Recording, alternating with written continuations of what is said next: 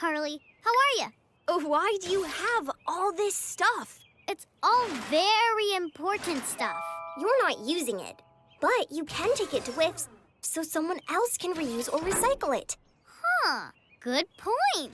You know what? Let's take it all to WIFs Recycling right now. Okay. All ready to sort and recycle. Goodbye, bike. Hope someone finds you and loves you. These old bicycle wheels would make perfect engine gaskets. Goodbye, old computer monitor.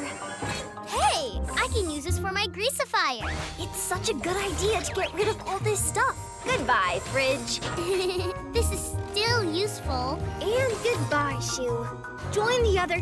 What? Where's the other... Oh. Well, I'm not gonna waste it. I'm just gonna reuse it myself. Will you? Or is it gonna end up spilled all over the place again? Not if you help me, because you are super good at organizing. Okay. Yay! One more thing, and... Ta-da! That looks great! Thanks, Carly. And look, I made this for you.